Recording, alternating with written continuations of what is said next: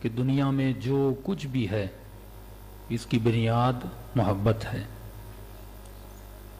اگر کوئی برا کام کر رہا ہے تو وہ بھی محبت میں، اور اگر کوئی اچھا کام کر رہا ہے تو وہ بھی محبت میں. محبت بری نہیں ہے، جس سے کی جاتی ہے وہ یا برا ہوتا ہے یا اچھا ہوتا ہے. جس طرح میں نے کہا خود بذات خود پیسہ برا نہیں ہے، لیکن اس پیسے کو خرچ کرنے والا یا اچھا ہوتا ہے یا برا ہوتا ہے.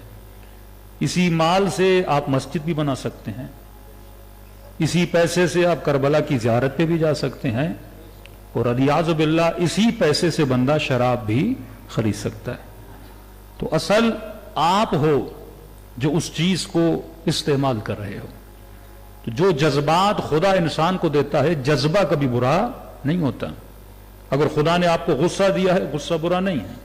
اگر اللہ نے آپ کو شہوت دی ہے، شہوت بری نہیں ہے. ہر جذبہ جو خدا نے آپ کو دیا، محبت کا جذبہ دیا، یہ برا نہیں ہے. سوال یہ ہے اس جذبے کو تو استعمال کہاں پہ کر رہا ہے. وہ چیز یا اچھی ہوتی ہے یا بری ہوتی ہے. اب محبت اگر حسین سے ہو تو اچھی، اور محبت اگر یزید سے ہو تو بری. تو جس شخص سے محبت کی جا رہی ہے وہ اہمیت رکھتا ہے. تبھی فرمایا کہ انسان کی زندگی کا محور اور مرکز کیا ہے؟ محبت ہے. یہ جو کچھ بھی کرتا ہے محبت میں کرتا ہے. تبھی فرمایا ہے بندہ خدا، اگر بہترین محبت خدا تجھے دے رہا ہے وہ ہے محبت و مودت اہل بیت علیہ الصلوۃ والسلام. کہ آج تو جو کچھ بھی ہے، کہ میں نے مثال دیا کہ ایون ہم جو کپڑے بھی پہنتے ہیں یہ کس کو دیکھ کے پہنتے ہیں؟ جس کی محبت ہوتی ہے. میں نے نجاری امام بارگاہ میں کہا تھا کہ نوجوانوں کے بالوں کو دیکھ کے پتہ لگتا ہے کسی کے بال اوپر جا رہے ہیں، کسی کے بال لیفٹ جا رہے ہیں، کسی کے بال رائٹ جا رہے ہیں. اور جب اس جوان سے پوچھتے ہو کہ تم نے بالوں کو ایسا کیوں بنایا، تو جواب ملتا ہے مولانا مثلاً فیشن ہے. تو فیشن کیا ہے؟ فیشن کریٹ کون کرتا ہے؟ فیشن کو بناتا کون ہے؟ تو فیشن کو بناتا ایکٹر اور ایکٹریسز بناتی ہیں. تو جب تک مجھے اس ایکٹر سے محبت نہیں ہوگی تب تک میں اس کے پہنے ہوئے کپڑوں کو فالو نہیں کروں گا. تو دنیا کا کام ہے کہ غلط محبتوں کو پیدا کریں اور آپ کو ان محبتوں کا شکار بنائیں. اور جب آپ اس کے عاشق بن جاؤ گے، کیریکٹر کی محبت میں آ جاؤ گے، اب جو وہ کھائے گا آپ وہ کھانا شروع کر دو گے، جو وہ پہنے گا پہننا شروع کر دو گے، جہاں وہ جائے گا آپ وہاں پہ جانا شروع کر دو گے. اگر سلمان بنا تو سلمان کی محبت کا اگر کوئی مرکز تھا تو وجود مبارک علی بن ابی طالب تھا.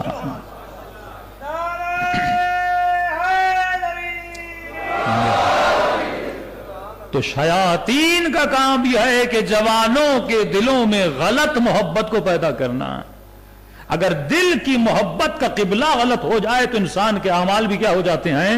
غلط ہو جاتی ہیں. اور اولیاء خدا کا کام یہ تھا کہ انسان کے دل کے قبلے کو اللہ کی محبت سے سرشار کر لے.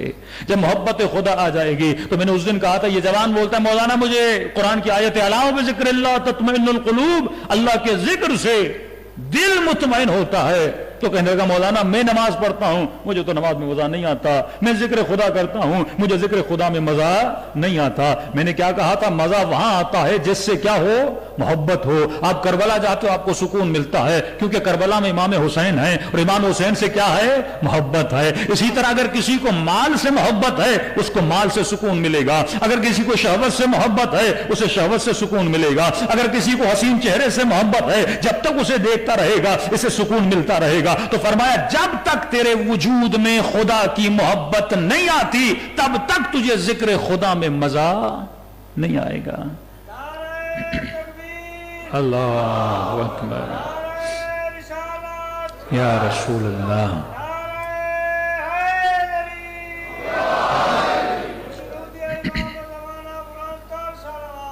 اللہم صلی علی محمد. تو خدا نے چاہا کہ جگہ جگہ انسان کے دل میں اہل بیت کی محبت کو پیدا کرے، اور اہل بیت نے چاہا کہ جگہ جگہ بندوں کے دل میں خدا کی محبت کو پیدا کرے. کہ وہ میدان جنگ ہے وہاں پر بھی مصلی بچھا دیتے ہیں، کہ سر قلم ہونے کے بعد بھی نو کے نیزہ پہ اللہ کی تلاوت کرتے ہوئے نظر آتے ہیں، کہ زندان شام میں اتنی تکلیف میں بھی سیدہ زینب حالت نماز میں نظر آتی ہیں، کہ شہادت ملتی ہے تو مسجد میں ملتی ہے، ولادت ہوتی ہے تو اللہ کے گھر میں ہوتی ہے۔ یہ اشارے کیا ہیں؟ اشارے یہ ہیں کہ خدا ان کی محبت دلانا چاہتا ہے اور یہ خدا کی محبت دلانا چاہتے ہیں۔ وہی آغا قراتی کا جملہ نا کہ جب امام حسین یا کسی بھی امام کی زیارت کو جاؤ تو اس امام کی زری کو پکڑ کے کہنا کہ مولا حسین، مولا علی، میرے دل میں کس کی محبت ڈال دو؟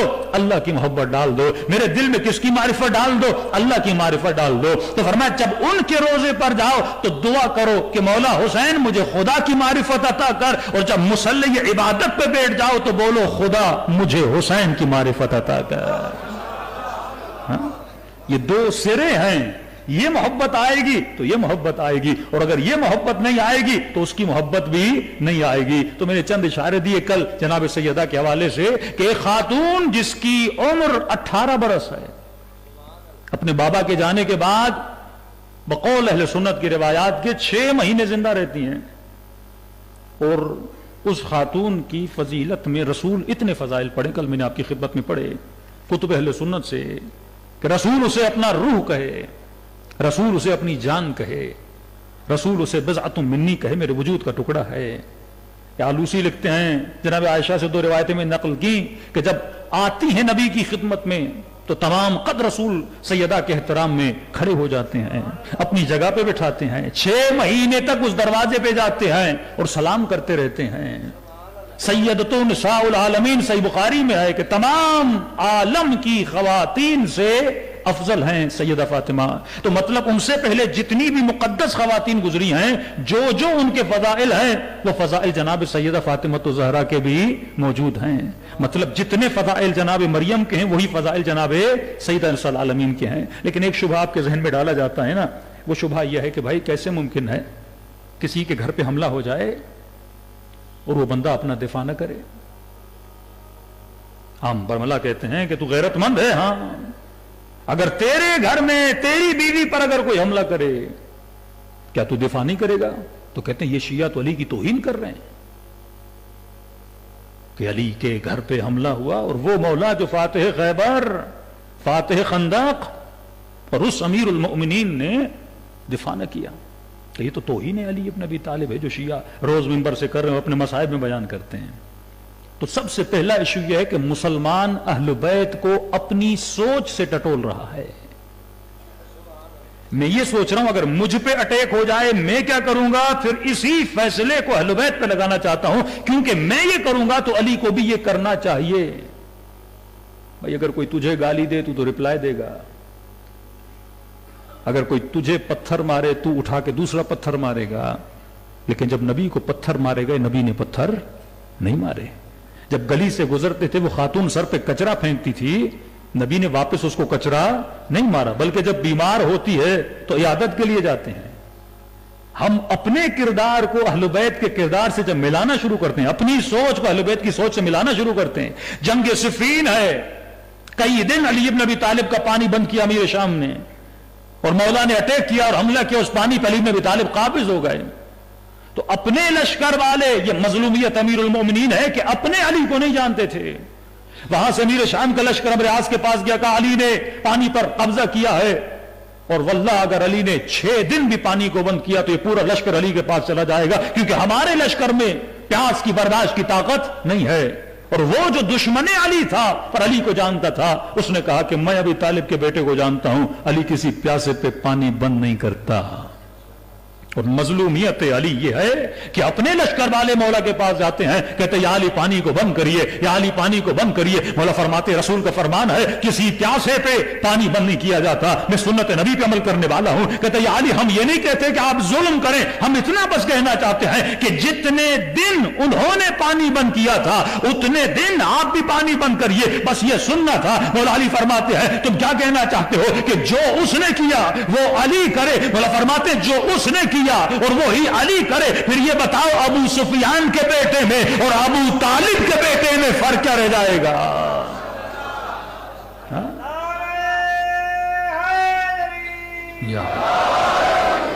زمین و آسمان کا فرق ہے. یہ نہیں کہ جس طرح تو سوچتا ہے اسی طرح اہل بیت سوچتے ہیں. خدا جب ان کو مقام دیتا ہے تو خدا ان سے امتحان لیتا ہے. کہ میں نے کہا اگر کوئی غربت کی زندگی گزار رہا ہو اور اسے پھر غربت میں ڈالا جائے اس کے لیے امتحان نہیں ہے، لیکن جس نے امیری کی زندگی گزاری ہو اسے بولا جائے اب تجھے غربت کی زندگی گزارنی، اس کے لیے کیا ہے؟ امتحان ہے. جس کا کام ہی جنگ لڑنا ہو اسے بولا جائے کہ لڑو تو اس کے لیے مقام امتحان نہیں ہے، لیکن اگر اسے بولا جائے تجھے لڑنا نہیں ہے یہ مقام امتحان ہے. حضرت عباس کا درجہ اتنا کیوں بلند ہے کہ شبیہ ہے امیر المؤمنین، لیکن پورے کربلا کے واقع امام حسین نے کہا عباس تیرا امتحان ہی یہی ہے کہ تو تلوار نہ اٹھائے. آؤ سورہ مریم میں کہ خدا پورے قرآن میں ایک خاتون کی اتنی فضیلت بیان کرتا ہے. کون؟ جناب مریم سلام اللہ علیہا. کیوں؟ کیونکہ اس خاتون سے حضرت عیسیٰ کو پیدا ہونا ہے. کہ میں نے کہا نا کہ سیدہ کی اتنی فضیلتیں 200 کے قریب روایات صرف اہل سنت کی کتابوں میں ہیں کہ خلقن و خلق ہر اعتبار سے دین میں عمل کرنے والی رسول خدا کی سیرت پر. اور سوال یہ اس نبی سے روایات کتنی ہیں بخاری میں جس بی بی کو رسول کے بعد فوراً دنیا سے چلے جانا تھا، کون سا ایسا کام لینا تھا کہ پروردگار عالم سیدہ کے اتنے بڑے فضائل بیان کر رہا ہے. فرماتے کیونکہ مریم کی کوکھ سے عیسیٰ کو پیدا ہونا تھا اور سیدہ کے گھر سے کسی مہدی کو آنا تھا. یہ فضیلت ہے جناب سیدہ کی، تبھی خدا اس بی بی کے اتنے فضائل کو بیان کر رہا ہے. دوسری طرف کون ہے؟ حضرت مریم. یہ واحد خاتون ہے جس کا خدا قرآن مجید میں اتنا ذکر بیان کرتا ہے، جس کے لیے بولا جائے وہ طیب ہے، وہ طاہر ہے، جس کی فضیلتیں خدا اتنی بیان کرے. اب امتحان مریم کیا ہے؟ خدا فری میں کسی کو درجات عطا نہیں کرتا. ابراہیم اگر نبی بننا ہے تو نمرود کی آگ میں جانا پڑے گا. اسماعیل اگر تیری نسل سے کسی حسین کو آنا ہے تو گلا کٹوانا پڑے گا. محبت خدا پہ ہر چیز لٹانی پڑتی ہے. وہی مقام جناب مریم کا کہ جس کو طیبہ، جس کو طاہرہ قرآن نے بولا، لیکن یہی جناب مریم ہے. کون سا الزام لگتا ہے بیوی پہ؟ بن باپ کے بچہ پیدا ہونا ہے. یہودیوں نے جو آج تک یہودی بیوی پہ الزام لگاتے ہیں، لیاذ باللہ ثم لیاذ باللہ، تہمت زنا لگائی گئی. یا اخت ہارون ما کان ابوکی امرأ سوء وما کان امکی بغیہ. تیرا باپ بھی شریف تھا، تیری ماں بھی شریف تھی، یہ بچہ کہاں سے لائی ہو؟ یہ امتحان مریم ہے جس بی بی کو طیب و طاہر بولا جا رہا ہے. جو بی بی عبادت خانے میں بزرگ ہوتی ہیں، بڑی ہوتی ہیں. اب امتحان مریم یہ ہے کہ ایک ایسا بچہ لے کر جائیں جب پوچھا جائے یہ بچہ کس کا ہے اور پورا شہر اس پہ الزام لگا رہا ہے کہ یہی تیرا امتحان ہے کیونکہ تو نبی کی ماں ہے. اللہ ایسے مقام نہیں دیتا، امتحانات لے کر مقام دیتا ہے. اور بی بی نے کہا کہ اے خدا ٹھیک ہے میں اپنا دفاع کروں گی. کہا نہیں، دفاع کے لیے بولنا بھی نہیں ہے. کتنا مشکل مقام ہے کہ پورا زمانہ آپ پہ تہمت لگائے. جو اتنی پاک دامن بی بی ہوں، سارے اس زمانے کے مولوی کھڑے ہو جائیں، اور یہ بھی نہیں ایک معاشرے کا عام طبقہ ہو، پڑھا لکھا طبقہ، جو یہودیوں کے بڑے بڑے وہ الزام لگا رہے ہیں، اور دفاع کے لیے بھی بولا جائے کہ آپ کو بولنا بھی نہیں ہے، چپ کا روزہ رکھنا ہے. کہ خدا پھر میرا دفاع کون کرے گا؟ کہ ہم پر یقین کرو. فاشارت الیہ، بولو جو کچھ پوچھنا ہے اس بچے سے پوچھو. اور جیسے یہودیوں کی محفل میں جاتی ہیں، ایک طرف، اب یہاں پہ جملہ غور کیجیے گا، پروپیکنڈا اپنے معیار پر ہے. کس کے خلاف؟ ایک مقدس پاک بیوی کے خلاف. کس نے کیا ہے؟ اس زمانے کے مفتیوں نے اور مولویوں نے. اور جب بچہ لے کر جاتی ہیں، پورا شہر کھڑا ہے اور الزام لگایا جا رہا ہے، تہمتیں لگائی جا رہی ہیں اور کلام کیا جا رہا ہے، تو جواب نہیں دے رہی ہیں. اور یہ یا اخت ہارون کیوں بولا؟ یہ مریم ہارون کی بہن تو نہیں ہے؟ یا اخت ہارون. نبی موسیٰ ہیں، لیکن جانشین موسیٰ کی اگر نسل بڑھ رہی ہے تو کس سے؟ ہارون سے. قرآن بھرا ہوا ہے فضائلت اہل بیت سے. نبی موسیٰ ہیں لیکن اگر موسیٰ کے جانشینوں کی نسل بڑھتی ہے تو کس سے؟ ہارون سے. اور لفظ ہارون، مثلا آج آپ بولتے ہیں فلاں بندہ متدین ہے، فلاں بندہ متقی ہے، اس زمانے میں جس کو متدین بولا جاتا تھا کہتے تھے یہ ہارونی ہے. مطلب ہارون اتنے مقدس، اتنے متقی، اتنے پرہیزگار، ان کی نسل سے آنے والے لوگ اتنے متقی پرہیزگار تھے، تو اگر کسی کے تقوی کی نسبت دینی ہوتی تھی تو کس کی طرف دیتے تھے؟ حضرت ہارون کی طرف. یا اخت ہارون، مطلب ہے ہارون کی بہن، تو مقدس ہے، تجھے ہارون کی بہن بولا جا رہا ہے. نسبت کس سے؟ حضرت ہارون سے ہے. اور وہاں پہ رسول کیا فرماتے ہیں؟ یا علی انت منی بمنزلت ہارون من موسیٰ. موسیٰ کے جانشینوں کی نسل ہارون سے بڑھ رہی ہے، اور رسول کے جانشینوں کی نسل کس سے بڑھ رہی ہے؟ علی ابن ابی طالب سے بڑھ رہی ہے.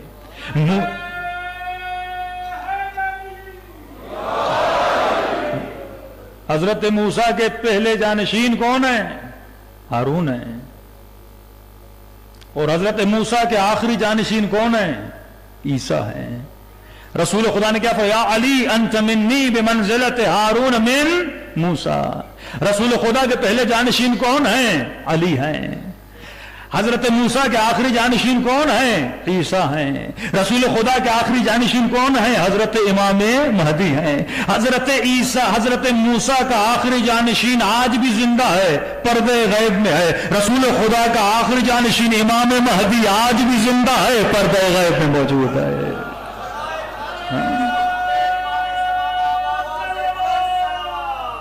اللہم صلی علی محمد. ساری نشانیاں قرآن بتا رہا، لیکن مسلمان عبرت تو لے قرآن سے، تمسک تو کرے قرآن سے، سمجھے کہ قرآن میں خدا مریم کا قصہ کیوں بتا رہا ہے، حضرت موسیٰ کے قصے کیوں. پورے قصے بیانگر ہیں کہ مومن میں نے تمہارے لیے کیا رکھی ہیں نشان. رسول خدا کے فرماتے ہیں علی انت منی منزلت ہارون من موسیٰ، اور وہی نسبت دیتے ہیں جو موسیٰ کی نسبت تھی کس سے؟ ہارون سے نسبت تھی. اور یہ مسیحیوں کی کتابوں میں اور توریت میں لکھا ہے کہ حضرت ہارون کے 2 بیٹے تھے، 3 بیٹے تھے. ایک کا نام تھا شبر. یہ شبر اور شبیر آپ بولتے ہیں، یہ عبری زبان کے نام ہیں. ایک کا نام تھا شبر، دوسرے کا نام تھا شبیر، تیسرے کا نام تھا مشبر. اور حضرت علی کے کتنے بیٹے ہیں؟ سیدہ سے 3 بیٹے. ایک کا نام یعنی شبر کا ترجمہ عربی میں کرو تو حسن بنتا ہے، شبیر کا ترجمہ عربی میں کرو تو حسین بنتا ہے، مشبر کا ترجمہ عربی میں کرو تو محسن بنتا ہے. یہ ساری نشانیاں بتائی گئی ہیں. قرآن مجید بندہ پڑھے، سوچے، سمجھے. فرماتے اتنا سخت وقت تھا جناب مریم پر کہ قرآن میں کہتے ہیں کاش متو میں مر جاتی، یہ دن نہ دیکھتی. جس طرح امام زین العابدین کیا فرماتے ہیں؟ قد سقطت امی، اے کاش سجاد پیدا نہ ہوتا اور دربار یزید نہ دیکھتا. کئی مومنین کہتے ہیں امام کیسے بول سکتے ہیں؟ یہ شدت غم میں ایسے جملے بولے جاتے ہیں. مطلب اتنی مصیبت کے پہاڑ ہیں کہ کاش میں نہ ہوتا. عرب اس طرح بولا کرتے تھے. بی بی پر اتنے الزام لگے کہ بولنا نہیں ہے، دفاع کے لیے کلام بھی نہیں کرنا. اے خدا میرا دفاع کون کرے گا؟ کفا اشارت الیہ، بچے کی طرف اشارہ کرنا، یہ بچہ تیرا دفاع کرے گا. کہتے یہودیوں نے جیسے پوچھا مذاق میں کہ بچہ بولے گا، اور بچے سے سوال کیا ہاں بھائی بتاؤ کون ہو؟ قال انی عبداللہ آتانی الکتاب وجعلنی نبیا. اور وہیں سے حضرت عیسیٰ نے کلام کیا کہ میں اللہ کا بندہ ہوں، اس نے مجھے کتاب دی ہے، وجعلنی نبیا، اور مجھے کیا بنایا ہے؟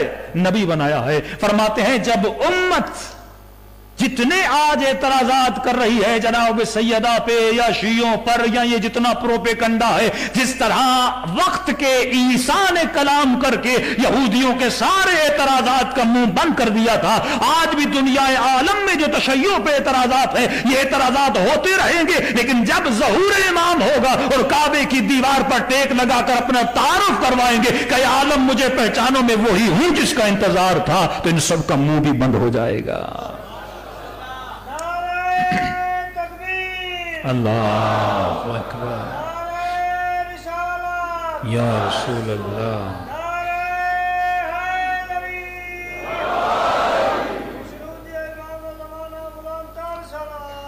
اللہم صلی علی محمد. اس وقت عیسیٰ نے کلام کیا اور دنیا کے سارے اعتراضات کا منہ بند کر دیا. اور جب امام زمانہ آئیں گے تو یہ جتنے پروپیکنڈے ہیں سارے کیا ہو جائیں گے؟ مولا کے آنے سے ختم ہو جائیں گے. لیکن ایک جوان نے سوال کیا کہ مولانا اسپیشلی ایام فاطمیہ میں، چلو محرم وغیرہ میں تو اتنا مسئلہ نہیں ہوتا، ایک تو مراجع مجتہدین علماء کا فتویٰ ہے کہ بھائی اتحاد بین المسلمین کو قائم رکھا جائے، دوسری طرف سے ایام فاطمیہ کا ٹاپک ہی ایسا ہے، ہم کریں تو کیا کریں؟ تو دیکھیے ایسا نہیں ہے کہ جن علماء نے اتحاد کا فتویٰ دیا ہے وہ مجلسیں نہیں کرواتے. مثلا بیت رہبری میں ایام فاطمیہ کی مجالس ہوتی ہیں، ان کے ہر مجتہد کے حسینیے میں یا ان کے دفتر میں یا ان کی بیٹھک میں ایام فاطمیہ کی مجالس ہوتی ہیں. سب سے پہلے جس نے علم وحدت بلند کی امام خمینی، ان کا بھی موجود ہے کہ شیعہ کو چاہیے کہ اس بی بی کے ایام کو کیا کریں؟ منائیں. اب سوال یہ مجھے کیسے منانے ہیں؟ یہ بیسک چیز ہے کہ دائرے ادب اور اخلاق کو بھی ملحوظ خاطر رکھا جائے اور حقائق کو بھی کیا کیا جائے؟ بیان کیا جائے. تو جس طرح ایک ٹولہ اہل سنت میں ہے جن کو ہم خارجی ٹولہ بولتے ہیں یا وہابی ٹولہ بولتے ہیں، جن کا کام ہے صرف فتویٰ لگانا کہ فلاں کافر ہے، فلاں مشرک ہے، فلاں بدعتی ہے، اسی طرح ایک ٹولہ وہابیوں کو کس نے بنایا؟ اسرائیل سے پہلے برٹش گورنمنٹس نے نا، MI6 بول دیں نا یا CIA بول دیں نا، انہوں نے بنایا. اسی طرح شیعوں کا بھی ایک ٹولہ ہے. جس طرح وہابیوں کو تندرو بولا جاتا ہے، ایکسٹریمسٹ بولا جاتا ہے کہ ہر چیز میں ایکسٹریمزم دکھاتے ہیں، اسی طرح ہمارے شیعوں میں بھی ایک ٹولہ ہے جس کو ایکسٹریمسٹ ٹولہ بولا جاتا ہے، جس کو امام خمینی نے بولا تھا شیعہ امریکائی اور آقا رہبر نے بولا تھا شیعہ MI6. اب سوال یہ ہے کہ المنار کو بند کیا جاتا ہے، الجزیرہ پہ پابندیاں لگائی جاتی ہیں، لبنان کے چینلز پہ پابندیاں جو وحدت کا پیغام دیتے ہیں، یورپ کے مثلا انگلینڈ برٹش یہ سارے چینل اس پہ پابندی لگاتے ہیں. لیکن وہ چینل جو دن رات مقدسات اہل سنت کو برا بھلا بولتے ہیں ان پہ کوئی پابندی نہیں ہوتی. امریکہ میں اللہ یاری کو بٹھایا جاتا ہے کہ تجھے جتنا بولنا ہے تو بول، ہم تجھ پہ پابندی نہیں لگائیں گے. تو اتنی ہمدردی شیعت سے کہ ان کو چینل کھول کے دیے جا رہے ہیں. کب سے برٹش گورنمنٹ کو آپ سے اتنی ہمدردی ہو گئی کہ 6 چینل، 7 چینل، 10 چینل فنڈنگ کر کے چینل کھولے جا رہے ہیں. 7 ملین 8 ملین پاؤنڈ کی انویسٹمنٹ کر کے سیدہ کی فلم بنائی جا رہی ہے. بڑی ہمدردی آ گئی آپ کی MI6 کو کہ شیعوں کی جو بی بی ہیں اس کی کیا بنا رہے ہیں؟ فلم بنا رہے ہیں. تو یہ ہمدردیاں نہیں ہیں. 200 کے قریب اس میں لوگ بھی شامل ہیں، ذاکر بھی شامل ہیں، ایسے خطیب بھی شامل ہیں، ایسے مولوی بھی شامل ہیں. ایک دن میں 200 لوگوں کا ویزا نکلتا ہے. انہی ایام فاطمیہ میں ان کو انگلینڈ بلایا جاتا ہے. اور ایک پیغام حق اور وحدت کا پیغام دینے والا مولوی جب ویزا اپلائی کرتا ہے اسے ایک مہینہ اس کا پاسپورٹ رکھا جاتا ہے، انویسٹیگیشن کی جاتی ہے، اکاؤنٹ چیک کیے جاتے ہیں، ساری شرائط اس کے لیے ہوتی ہیں. تو اتنی ہمدردی ہے مثلا انگلینڈ کو تاکہ وہ اپنی مجالس لندن میں مجالس کروائیں، شیعوں کے لیے میدان رکھا جائے. ایک شیعہ انگلینڈ میں ہے، وہ بھی امام حسین کی ماتم کر رہے ہیں، برمنگھم میں عزاداری کر رہے ہیں، زنجیر زنی کر رہے ہیں، خونی ماتم کر رہے ہیں، سب کچھ کر رہے ہیں. ان کے لیے ایمبولینسز بھیجی جاتی ہیں، جب یہ زخمی ہو جاتے ہیں بھائی ان کی مدد کرو، ہیومن رائٹس کے مطابق ان کو لے جاؤ ہاسپٹل تک. اور ایک شیعہ نائجیریا میں ہے مثلا آیت اللہ زکزکی، وہ بھی تو امام حسین کا جلوس نکال رہا ہے. انگلینڈ والے شیعہ کے لیے آزادی ہے، اسے میڈیا دیا جاتا ہے، چینل دیا جاتا ہے جو تندرو شیعہ ہے، اس کے لیے ہر پلیٹ فارم بنایا جاتا ہے. اللہ یاری کو آپ نے دیکھا ہوگا وہ 3 ٹیلی فون رکھتا ہے، یہ علوی، یہ عمری اور تیسرا ٹیلی فون دجالی. عمری ٹیلی فون پہ وہ فون کریں جو اہل سنت والے ہیں، علوی پہ وہ فون کریں جو علی کے ماننے والے، دجالی پہ وہ فون کریں جو خمینی کے ماننے والے. مقصد یہی ہے کہ جو سادہ لو مومن ہے اس کے ذہن کو کیا کیا جائے؟ ہائیجیک کیا جائے. یعنی یہ تو ایسے ہے کہ امیر شام پیسہ دے تاکہ علی کی مجلس کرواؤ. بھائی کہیں نہ کہیں تو دال میں کالا ہے.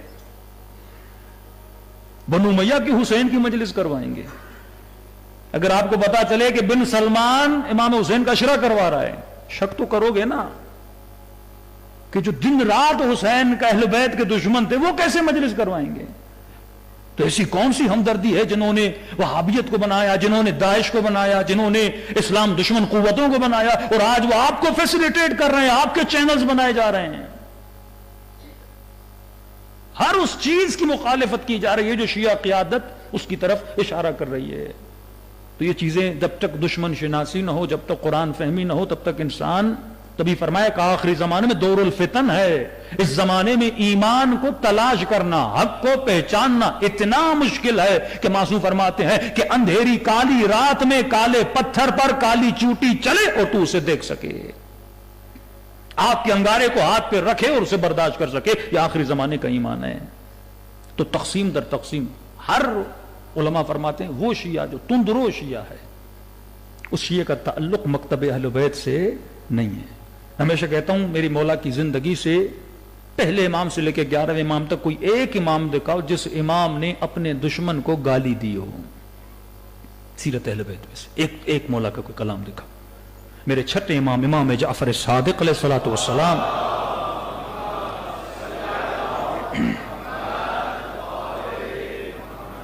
مولا کا صحابی ہے، مولا کے ساتھ چل رہا ہے، ایک امام کا غلام تھا حبشی، اس امام کے صحابی نے اس حبشی غلام کو گالی دی۔ مثلا کسی کو بول دیں ولد الزنا یا حرام زادہ، اس نے گالی دی، امام نے سنا، امام نے کہا تو کیا کر رہا ہے؟ تو اپنی غلطی کو توجیہ کرنے کے لیے کہنے لگا کہ مولا یہ تو کافر ہے، لہٰذا ان کا نکاح اسلام کے مطابق نہیں ہے، تو اس کی ولادت ایسے ہے۔ امام نے کہا تجھے کس نے کہا، تم نے نتیجہ کہاں سے لیا؟ کسی بھی مکتب کا بندہ ہو، اگر اس نے اپنے مذہب کے مطابق شادی کی ہے تو اس کی شادی کیا ہے؟ صحیح ہے، اور بالفرض ایسا بھی ہو، تجھے کس نے حق دیا گالی دینے کا؟ امام نے کہا آج کے بعد میں تجھے اپنی صحبت میں دیکھنا برداشت نہیں کروں گا۔ معافیاں مانگی، امام نے کہا ٹھیک ہے میرے درس میں آؤ لیکن میرے ساتھ آج کے بعد نہ گھومنا، کیونکہ میں برداشت نہیں انی اکرہ لکم ان تکونوا من السبابین، علی پسند نہیں کرتا کہ تم گالیاں دینے والوں میں سے بنو۔ جنگ صفین میں 80% جو مولا علی کے ساتھ ہیں وہ شیخان کو بھی مانتے تھے، علی بن ابی طالب کو بھی مانتے تھے۔ امیر شام کے لشکر والوں نے پلان بنایا کہ اگر آپس میں ان کو لڑانا ہے تو جو 20% مولا علی کو صرف مانتے ہیں، خلافت بلا فصل کے قائل ہیں، ان کو بولو کہ علی کے ساتھ کیا کیا ہوا تھا، علی کے ہاتھوں میں رسیاں بندھی تھی، علی کے گھر پہ آگ لگی تھی، لہٰذا وہ جذبات میں آئے تو جنہوں نے کیا تھا ان کو برا بلا بولنے لگے۔ یہاں پہ امام علی باہر نکل آئے، انی اکرہ لکم تکونوا من السبابین، کا دشمن یہی چاہتا ہے کہ تم گالیاں دو تاکہ آپس میں لڑو۔ تو دشمن کی سازش یہی ہوتی ہے۔ آپ تصور تو کیجئے، امام زمانہ صرف شیعوں کے امام نہیں ہیں، ان کو پورے عالم کو مانیٹر کرنا ہے، پوری دنیا کو ہدایت دینی ہے۔ آپ یہ تو دیکھیں کہ ایک امام کو کربلا میں لایا گیا، مارا گیا، لاشوں کو پامال کیا گیا، ان کے اہل عیار کو مارا گیا، جن کو مارا گیا ہو ہاتھ سے، نیزے سے، تازیانے سے، جن کے ہاتھوں میں رسیاں باندھ کے گھسیٹ گھسیٹ کے لے جایا گیا ہو، اور آج اتنی صدیاں گزرنے کے بعد یہ اہل بیت کی پالیسی تھی، یہ ان کی فراست و فصاحت و بلاغت تھی کہ اتنی صدیاں گزرنے کے بعد جو جنگ جیتا تھا اور جن کو اسیر کیا گیا، جن کو قتل کیا گیا تھا، لیکن آج دنیا بولتی ہے کہ یزید ہار گیا تھا اور حسین جیت گئے تھے۔ یہ اہل بیت کی اپنی پالیسیز ہیں کہ مار کھا کر بھی انہوں نے دنیا کو بتایا کہ ہم جیتے ہیں، یہ کمال ہے۔ اقلیت میں ہوتے ہوئے بھی انہوں نے دنیا کو بتایا کہ ہم کس پر تھے؟ حق پر تھے۔ تو میں نے کہا مومن کا دماغ ٹین کے ڈبے کی طرح نہیں ہوتا، جلدی ٹھنڈا بھی ہو جائے اور جلدی گرم بھی ہو جائے۔ یہ سمجھ لینا جب خدا بہت بڑی مصیبت میں گرفتار کرتا ہے، مطلب خدا تجھے تیار کر رہا ہے کسی بہت بڑے کام کے لیے۔ آج یہ دیکھ رہے ہو نا کہ عراق کے جوان، لبنان کے جوان، ایرانی جوان صرف سیدہ زینب کے روزے کی حفاظت کے لیے، دنیا تو یہ کہتی ہے پاگل لوگ ہیں، پتھر اور لکڑیوں کے دفاع کے لیے اپنی جانیں دے رہے ہیں۔ ایک زری تو ہے، چاندی کی زری ہے، پتھر کی قبر ہے، سونے کا گنبد ہے، اور یہ مائیں اپنے بچوں کو بھیج رہی ہیں کس کی حفاظت کے لیے؟ پتھر کے لیے اپنی جانوں کو دے رہے ہیں۔ لیکن یہاں پہ میسج ہے، شیعہ ایک میسج دینا چاہتا ہے، شیعہ وفا کا میسج دینا چاہتا ہے کہ جب شیعہ اپنے امام کی یا اس کی بیٹی کی اس قبر کی حفاظت کے لیے کہ جس کی نسبت سیدہ زینب کے لیے ہے اس کے لیے اپنی جان قربان کر سکتا ہے، تو جب اس کا امام آئے گا تو یہ کیا کرے گا؟ یہ میسج ہوتا ہے کہ جب ایران کے لوگ خرم شہر آزاد کرنے کے لیے نوجوان ینگ ایک خاتون کے 5 بیٹے صرف کس کے کہنے پر؟ خمینی کے کہنے پر اپنے 5 بیٹے قربان کر رہی ہے، کیونکہ ایک وقت کے ولی فقیہ نے فتویٰ دیا ہے کہ تم پر جہاد واجب ہے اور اپنے وطن کا دفاع کرو، اور اس دفاع کے لیے 2 لاکھ کے قریب لوگ اپنی جانوں کو قربان کرتے ہیں۔ تو یہ قوم میسج دے رہی ہے دنیا کو کہ جب ہم ولی فقیہ کی اطاعت میں اپنی جانوں کو دے سکتے ہیں تو جب امام آئے گا تو شیعہ قوم کیا کرے گی؟ یہ میسیجز ہوتے ہیں۔ لیکن جو قوم ایک عالم کی اتباع نہ کر سکے، مطلب اپنے امام کی بھی اتباع نہیں کرے گی۔ جب آپ ایک مسجد کا دفاع نہ کر سکو، آپ حسین کے روزے کا بھی دفاع نہیں کر سکو گے۔ تو یہ اللہ تیاری دیتا ہے جب شہادت کا جذبہ آتا ہے۔ تو اسپیشلی کوئٹہ والوں کو سوچنا چاہیے کہ اتنی قربانیاں آپ نے دی ہیں، 2000 کے قریب شہید، تو یقیناً خدا بہت بڑا کچھ آپ سے کروانا چاہتا ہے۔ یہ قوموں کو تیار کرنے کے لیے پہلے قربانیاں دلوائی جاتی ہیں۔ ابراہیم پہلے آگ میں جا رہے ہیں، وجود کی پختگی آتی ہے تو پھر ابراہیم کی نسل سے اسماعیل آتے ہیں، پھر امتحان اسماعیل کے لیے گلے کاٹنے کی باری آتی ہے، پھر اپنے ہاتھوں سے اپنے بیٹے کا گلا کاٹنے جاتے ہیں۔ بعض مومنین کہتے ہیں ابراہیم نے چھری نہیں چلائی تھی، اور جب چلائی تھی تو دمب آ گئے تھی، غلط ہے۔ معصومین فرماتے ابراہیم نے چھری کیونکہ چھری چلائی تھی تبھی گلے پہ نشان پڑا تھا، تبھی بی بی ہاجرہ نے دیکھا تھا اور رونے لگی کہ میرے بیٹے کے گلے پہ چھری چلا رہے تھے۔ فرماتے ہیں آنکھوں پہ پٹی باندھی، ہاتھوں میں رسیاں باندھی، حکم خدا کی اتباع۔ بیٹے کو کہا میں نے یہ خواب دیکھا، بابا جو دیکھا ہے آپ کریں، جتنا مطیع بیٹا ہے اتنا اطاعت گزار والد ہے۔ فرماتے جب گلے پہ چھری چلائی گلا کٹ نہیں رہا تھا، دوبارہ حضرت ابراہیم نے چھری چلائی، گلا نہ کٹا۔ تیسری مرتبہ جلال میں آ کر حضرت ابراہیم نے چھری چلائی، گلا نہ کٹا۔ ایک مرتبہ چھری کو پتھر پر مارا، کہے چھری کیوں نافرمانی کر رہی ہو؟ یہ اللہ کا حکم ہے کہ میں اسماعیل کا گلا کاٹوں۔ فرماتے بے زبان چھری سے آواز آئی، ابراہیم کروں تو کیا کروں؟ خلیل کہتا ہے کاٹو، جلیل کہتا ہے نہ کاٹو۔ اس وقت دمبا آتا ہے۔ پوری پریکٹیکلی قربانی دی حضرت اسماعیل نے، حضرت ابراہیم نے۔ پھر اس نسل سے حسین ابن علی آ رہے ہیں۔ شہادتیں رتبہ عطا کرتی ہیں، شہادتیں قوموں کو اٹھاتی ہیں، شہادتیں نظریوں کو مضبوط کرتی ہیں۔ جس قوم نے سب سے زیادہ شہادت دی ہے یقیناً اسی قوم سے بہت بڑا کام کروایا جائے گا۔ یہ مقام ہوتا ہے، جس نے امتحان نہیں دیا اس سے کیسا امتحان؟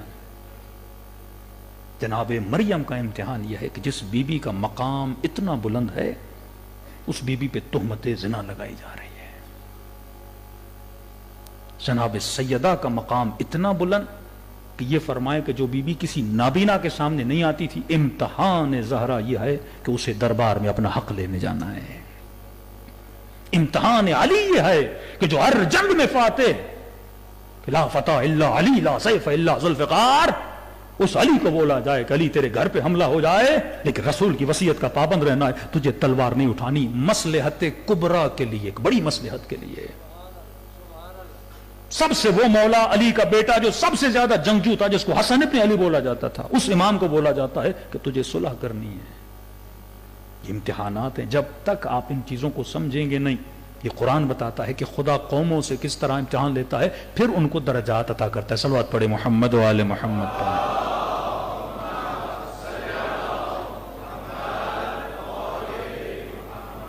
تو یہ جتنے امتحانات ہیں ایرانی قوم نے امتحان دیا، اس قوم نے ثبوت دیا کہ ہم ایک مجتہد، ایک ولی فقیہ کے کہنے پر اپنے بچوں کو قربان کر رہے ہیں۔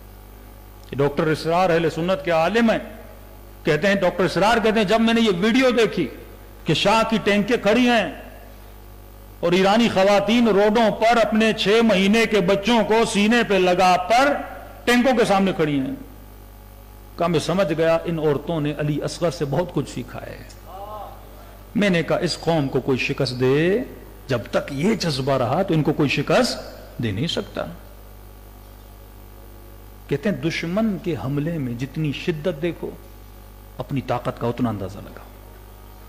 پہلے جلوس نکلتے تھے گلیوں میں مومنین کو پتھر مارے جاتے تھے, گرم پانی پھینکا جاتا تھا, پھر بھی مومن نہ رکا تو گولیاں ماری گئیں, پھر بھی نہ رکا تو بم مارے گئے, پھر بھی نہ رکا تو خودکش بم کیے گئے. فرمایا جتنی شدت بڑھتی جائے احساس کرو تو اتنا آگے بڑھتا جا رہا ہے. اس کا حملہ بتا رہا ہے کہ تو کتنا آگے بڑھ چکا ہے, تیرے وجود میں کتنا پاور آ چکا ہے. تو شہادت قوموں کو بلند کرتی ہے, شہادت قوموں کو مایوس نہیں کرتی. یہ شجاعت کا مظاہرہ ہوتا ہے. جنگ احد ہے, مولا علی آتے ہیں, وجود پہ زخم ہیں, مایوسی کے عالم میں کہتے ہیں یا رسول اللہ چچا حمزہ شہید ہو گئے, علی کو بھی شہادت نہیں ملی, تازہ تازہ اللہ نے بچے عطا کیے ہیں. اتنی طلب شہادت, روتے تھے. شہید قاسم روتے تھے, انہی ایام میں شہید ہوئے نا, رو پڑتے تھے, کہتے تھے میرے رفقا چلے گئے لیکن ابھی تک اللہ نے مجھے شہادت عطا نہیں کی, کیونکہ ہمارے محبوب اگر یہاں ہوں تو بندہ دل لگی یہاں کرتا ہے, لیکن جس کے سارے محبوب وہاں ہوں وہ تو شہادت کی دعا کرتا ہے کہ خدا شہادت دے تاکہ شہادت کے بعد مجھے علی اور حسین کی زیارت ہو جائے. ہر مرنے والا مرنے کے بعد خوش ہوتا ہے, ہر مرنے والا. کا مولا نیک, کہا گنہگار بھی خوش ہوتا ہے. کہا کیوں؟ کا نیک جب دنیا سے جاتا ہے وہ رسول کی زیارت کرتا ہے, اہل بیت کی زیارت ہوتی ہے, خوش ہوتا ہے. الحمدللہ ان کی صحبت ملی, اے کاش میں پہلے آ جاتا. لیکن جب گنہگار مرتا ہے وہ بھی خوش ہوتا ہے. کہ مولا کیوں؟ کہ وہ اس لیے خوش ہوتا ہے کیونکہ اگر میں جب وہاں کا عذاب دیکھتا ہے تو کہتا ہے اچھا ہوا میں جلدی مر گیا, جتنی زندگی وہاں گزارتا اتنے زیادہ میں کیا کرتا, گناہ کرتا. تو یہ مومن کو سوچنا چاہیے, یہ ظہور امام سے پہلے قوموں کو, تشیع کو کیا کیا جا رہا ہے, مضبوط کیا جا رہا ہے. صلوات پڑھے محمد و آل محمد پر.